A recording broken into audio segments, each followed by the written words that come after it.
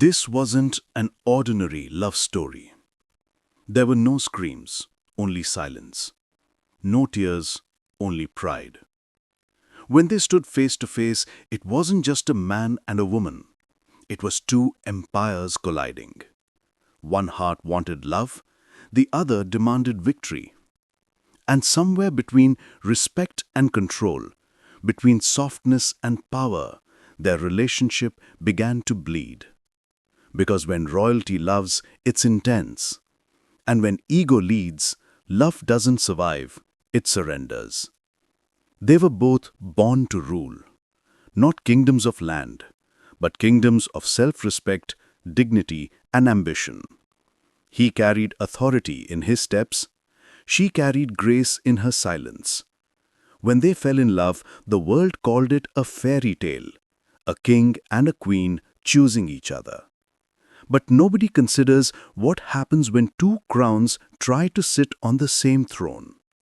At first, it was beautiful. He admired her strength. She admired his discipline. Their conversations weren't arguments, they were sparks. Even their disagreements felt like passion. Slowly, admiration turned into comparison, and comparison quietly became competition.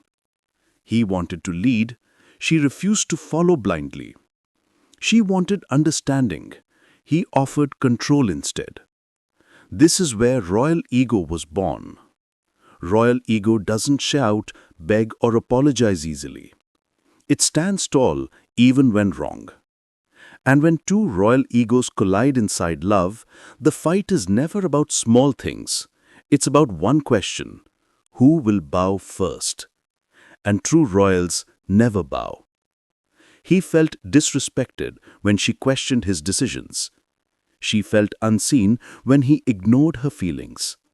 Both were hurt, but neither wanted to admit it, because royal people hide their pain behind pride.